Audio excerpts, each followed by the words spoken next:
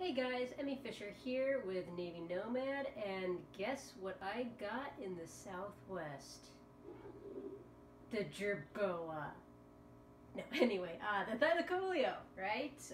The jerboa, I actually did get that in the Southwest, but I have three others hopping around in the base I'm about to show you. That actually, apparently they spawn in Viking Bay. I did not know this. So I did pick up a jerboa in the Southwest, and then picked up a thylacoleo. It was not a planned tame. I was flying over, saw a thylacoleo, landed on a rock, tried to tame it, got attacked by the thylacoleo, ended up killing it with a trident, or the pitchfork. Surprised I survived that, but then ran into another thylacoleo. Want to go back and get another one so I can get a mated pair and have a backup. That's a bit of a far drive because I am in the jungle. This is where I'm going to be doing my next build, because it's going to be a Mayan-themed build. But before I got here, alright, I wanted to put down an actual sort of, is that me or the thylacoleo? Home base, and have a lot more of the crafting materials and things than I had available or room for on my boat. I did have to augment the boat slightly and get rid of the pitched roof. I'm very sad about that, but with the pitched roof, I could barely see enough to actually drive the boat. And that wouldn't really be an issue, except for the fact that I had dinos or tames actually inside the boat on the actual base foundations. And if you can't see where you're going very well, you're going to run right over a rock and your animals are going to glitch out of your boat, and that's going to cause all sorts of problems. So in the future, when I don't have dinos down there in the base, I can put the pitched roof back on if I really want to, so I won't be able to see very well, but I made it basically a flat roof, and I can see a lot better, or enough to avoid rocks. But anyway, I'm going to show you the starter base that I built here. Now this is a bigger starter base than the previous one. I definitely wanted to get this a lot more established, and I have, as you can imagine, leveled up quite a bit since my starter base at the beginning of starting in Primitive Plus. We are on Primitive Plus now, and I'm probably never going to go back because there's just so much more decor and building stuff, etc. So let's take a look at my, once again, Tudor-themed starter base here. Now obviously much larger and more established than the previous one. I am on the northwestern side of Viking Bay, so Viking Bay is technically over there. And this is right before you get to these sort of Africa or themed hilltops below the jungle here. Our next build is going to be up there where the sun's glaring. But way up there, you'll see that soonly. But let me go ahead and give you a look at this baby. So, this is Tudor-themed. Now the last couple of builds have been Tudor-themed. Tudor is referring to an actual time period in history that was roughly from the late 1400s, like the 1480s roughly, to about the very, very early 1600s. My school textbook says 1603. So that is really the Tudor period. It's the end of the medieval period and the beginning of what we call the Renaissance. And it is from England, alright? It's the Tudor style is going to merge into what we call Elizabethan style, because Queen Elizabeth was always a member of the Tudor family. Dad was King Henry VIII, who you may know of as the one who had 6 wives, and knocked off a couple of them to try and get a son. Didn't work out so well in his favor in the end, but there you go. But you get a little bit of Gothic influence in the Tudor style, but it's a very distinctive style, and it's because of what in ARC they call the timber frame, but it's called half timbering. This idea that the actual load-bearing frame is built out of these large timbers, and then the panels in the middle are filled in with what we call infill, and the infill can be all sorts of stuff. The ancient Romans actually used this, so you'll see some similar things in ancient Roman buildings as well, and the infill for that was something called wattle and daub, where they used sort of, wattle was where they took sort of thin, it's like wicker, you know, they wove it in between, and then they put daub, or some sort of plaster clay, on the outsides that they could then paint or whitewash. Often, later on, you have half timberine styles where the infill is made with bricks. You'll see that in a lot of early American structures, particularly industrial structures.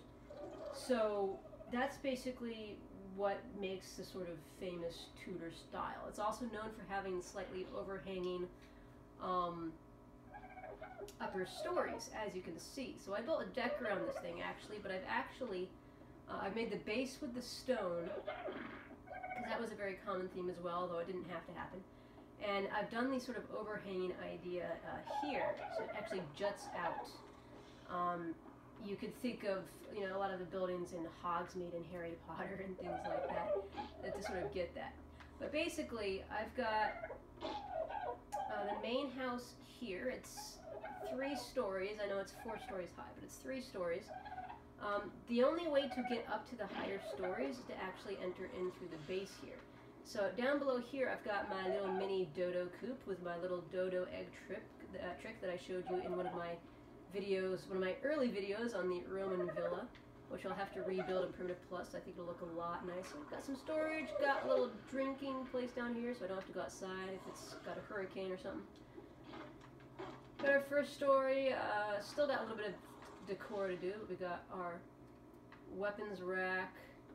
There's going to be a cooking station over here. I'd actually already built it, but occasionally Primitive Plus crashes, so this is actually after it crashed the last time, and I'm missing a couple of things that I put in.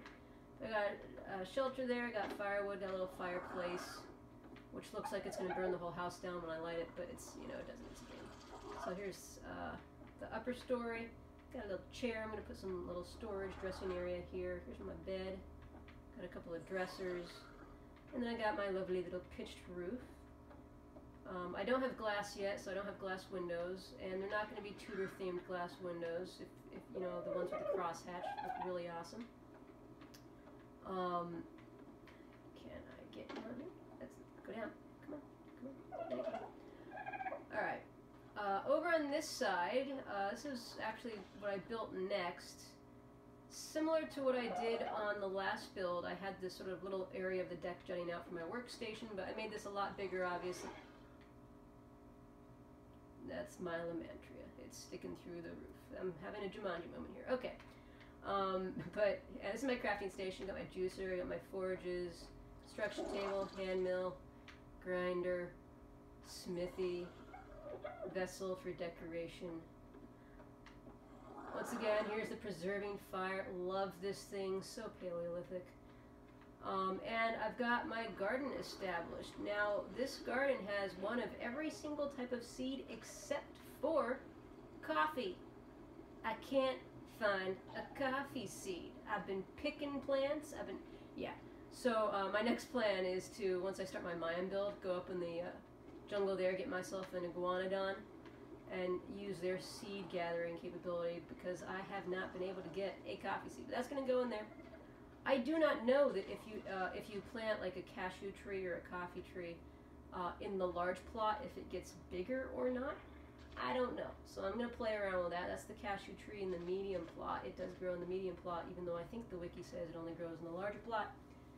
But there's that. I've got a couple of reservoirs here so that if for whatever reason I didn't have access to water, I'd be able to have access to rainwater.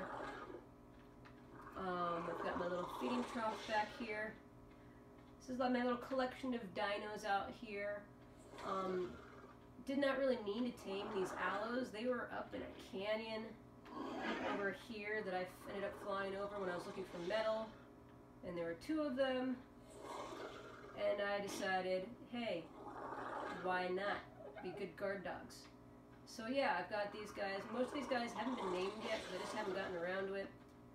I've got a little smokehouse over here. I am going to build like a little jetty out here, because I don't like to bring my base too close into land, particularly if I've got tames on it. You can see the style with the new flat roof. I don't like it as much, but I can actually see while driving it, so that's all that counts. Tanning over here, lumber over here, some market stalls for decor. It's starting to get dark. Yay. And then this is something that I've been doing since Scorched Earth, where I'll have like these angled roofs in some areas with flat roofs, and I'll put fences around them so I can put small flyers on them. I did pick up a Lamantria when I was down in the southwest as well.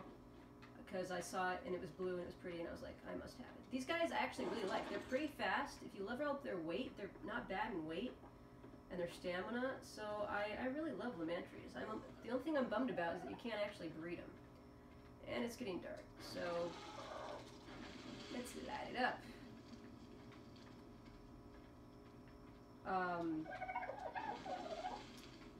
So traditional Tudor houses, and I'll show you a picture or two in a moment.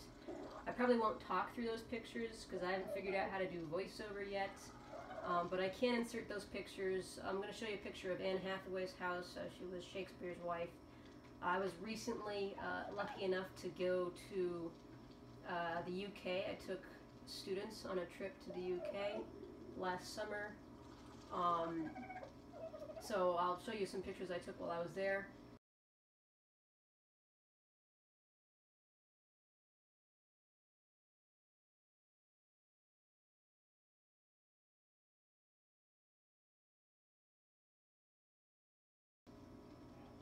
Basically, the Tudor style is really sort of pre-dormer, right at the end of the Tudor period, beginning of the Elizabethan period. You're going to start seeing dormers for windows in Tudor-style houses.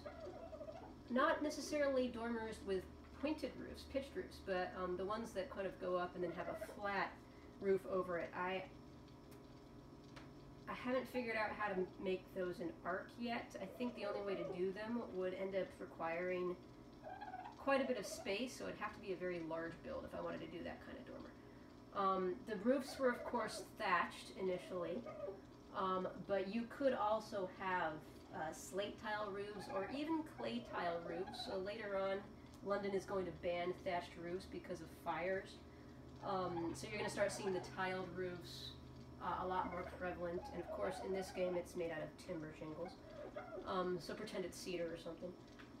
But thatched roofs were actually really common as well. I've just stuck with a timber theme here because I like the look of it. The roofs were generally fairly steeply pitched. If I had been building this with a single roof, not this sort of offset technique, it would have come down twice and been steeply pitched. But that's generally sort of the basics of the Tudor style. Tudor style is still very, very popular today, but of course you're going to have modern, updated building materials. So, because we've got, you know, particularly here in the United States, we've got coding issues and health and safety issues and regulations. So that's, you know, obviously they've made some changes there, but you still occasionally get Tudor-themed houses. You get them a lot more commonly in the actual UK and in Europe because that's where it started, of course. So not as common here in the US, and once again, what's common here in the US is really restricted by region as well. Like, I live out south of Tucson, Arizona. We get a bunch of ranch-style houses. Most of our houses are made out of brick and adobe. You get some timber and stucco buildings, but a lot of them are made out of brick and adobe. So it's not like you can do a Texas flippin' move on them and you know, cart the house off or anything like that, because we need the added insulation for the heat, particularly in the summer. It can get, you know, 110, 115 degrees here in the summer. So, you know, there's a lot of adobe houses, a lot of Pueblo-themed houses in where I'm from, and I do hope to build some of those on ARC as well. But, you know, if you're in Massachusetts, you're going to get, you know, more of the red brick buildings. You're going to get more of the Cape Cod style, you know, buildings, you know, stuff that I see when I go and visit my dad's family. You know, and, you know, if you head towards California, you get the Palm Springs, mid-century modern kind of style. You know, you get the sort of Key West vibe in Florida, sort of white colonial buildings. But, yeah, this is my basic starter base here. This is going to be my home base for building all the materials I need to fly right up the mountain there and start my Mayan-themed build. I've actually already laid some foundations. I wanted to go ahead and get this video out there so you guys could take a look and see another way you can do a little Tudor starter base slash workshop slash farm. So there you go. Hope you enjoyed the build. Hope you enjoyed the little history lesson on the Tudor style. If you liked this video, please hit the like button. Subscribe for future videos where using the Primitive Plus building materials and decor, they hopefully look a lot nicer in the future. Get some more history-based lessons while you're at it as well. Thanks very much for watching, and I will see you in the next video.